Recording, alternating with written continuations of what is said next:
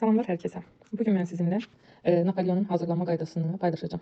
İlk öncə demək istəyirəm ki, mən illər öncə 2004-cü ildə, belə deyək, müəyyən kanalların birində, özünüz yaxşı biləcəksiniz, rəhmətli Gülşən Qurbanovanın verilişində tanınmış kulinar Bəhruz Qəlbinurun təqdimatında bu tortun reseptini, təqdimatını görmüşəm və o vaxtdan bəri hazırlamağa başlamışam. Dadını bilənlər çox sevib, rəğbət qazanıb. Yəni o ildən bəri bu günə qədər bu reseptlə davam etmişəm. Bu tortun cürbəcür reseptləri var. Qatlama forması var, omac forması var, kərə yağı ilə, südlə. Yəni kimə necə rahatdır, kimə necə xoşdursa elə də hazırlayır, təqdim edir. Mən bu təqdimatda görüb, öyrənib və belə də davam etməyi istəmişəm.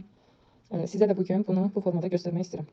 Burada gördüyünüz kimi içliyə xəmirə 3 yumurta, 500 qram su, 3 xörək qaşığı sirkə, 3 xörək qaşığı duru yağ, 50 qram kərə yağı və 1 çimdik duz əlavə olundu, yaxşı-yaxşı qarışdırıldı. Un apardığı qədər, yəni müəyyən ölçüyə qədər vuruldu. Xəmir yoğrulur.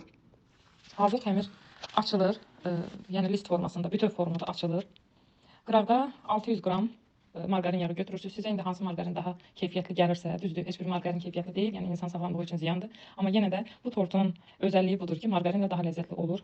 3 hissəyə ayrılmış margarini hissələrə bölərək 3 dəfə təkrar olmaqla bu formada istifadə edirik. Gördüyünüz kimi birinci, bunu belə əllə, yəni əritməyə ehtiyac yoxdur.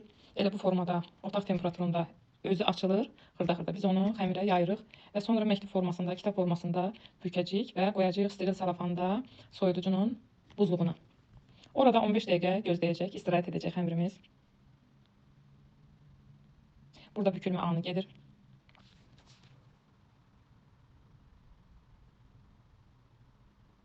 Bu birinci prosesdir. Bu isə ikinci proses. Artıq 15 dəqiqə gözlədib çıxartmışıq və ikinci yayma gedir. Gördüyünüz kimi elə kvadrat formada da yayırıq. İkinci yağlamanı edirik.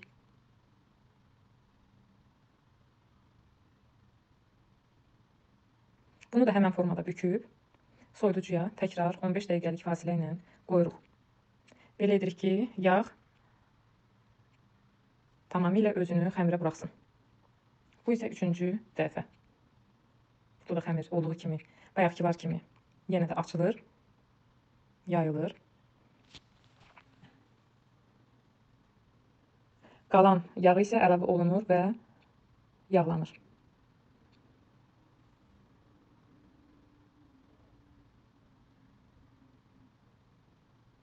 Düzdür, bəzi adamlara bu çox, yəni fasilələr çox olduğu üçün çətin gələ bilər, amma həqiqətən də dadı mükəmməl olur. Kim istəsə bu cür eləyib, bişirib, hazırlayıb, nuş edə bilər.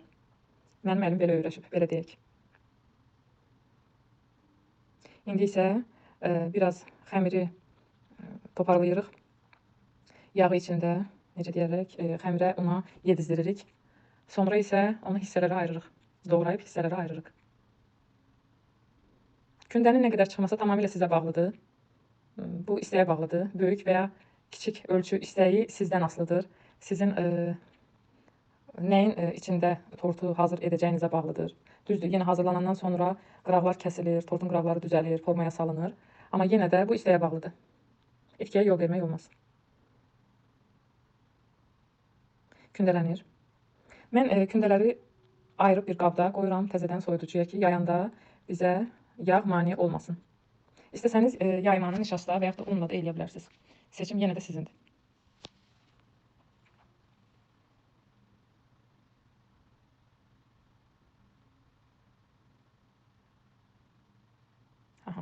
Tamamilə kündələr hazır olur.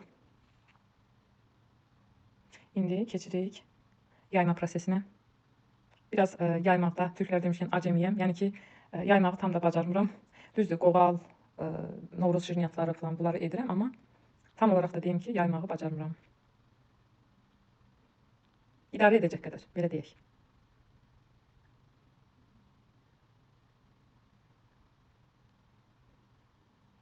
Bu ikinci. Mən kündələrin hamısını yaymağı sizə göstərməyəcəm, çünki videomuz çox uzun çəkir, uzun olur. 3 kündə ilə yekunlaşdıracağım və bişmiş korjuları, hissələri sizə göstərəcəm. Burada isə 600 qram, 650 qram margarin, təxmini 1 litr qatılaşmış südlə birləşir, krem halına gəlir. Burada isə artıq hazır krem korjulara sürtülür. tort hazırlamaya başlayır. Bunu istifadə etməmişdən bir gün öncə bişirmişdim. Həmən gün də istifadə etmək olar. Bu tamamilə sizin istəyinizə bağlıdır, zövqünüzdən asılıdır.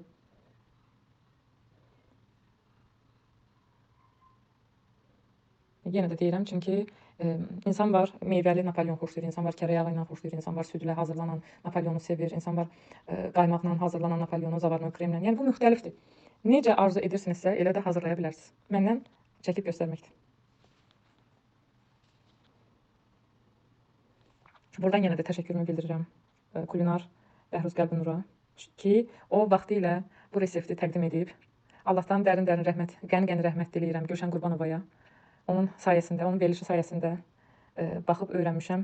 O vaxtlar YouTube, WhatsApp, ümumiyyətlə belə şeylər çox da yayılmamışdı. Telefon hələ təzə-təzə inkişaf etməyə başlayırdı, texnologiya. İnsanlar biraz bundan uzaq idilər. Resept kitabları, dəftərləri var idi ki, insanlar oradan məlumat toplayırdılar. Amma indi hər şey əlçatandır. Hər kəs hər şeyi vaxtında, anında öyrənə bilir.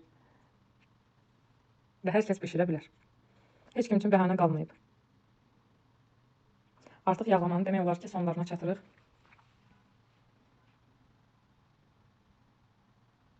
Burada gördüyünüz kimi 2 list lavaş ovulur əllə. Üzəri üçün, tortun üzəri üçün əlbəttə ki. Bu isə hazır tortumuz. İnanın ki, bunu hazırladığım insan və yaxud da oradakı qonaqlar məhz bu tort üçün ora gələnlər var idi. Həqiqətən də çox gözəl tort alınmışdı. Çox səbirsizliklə bunun yolunu gözləyənlər var idi. Siz də hazırlayıb nuş edə bilərsiniz. Çox sağ olun. Minnətdaram.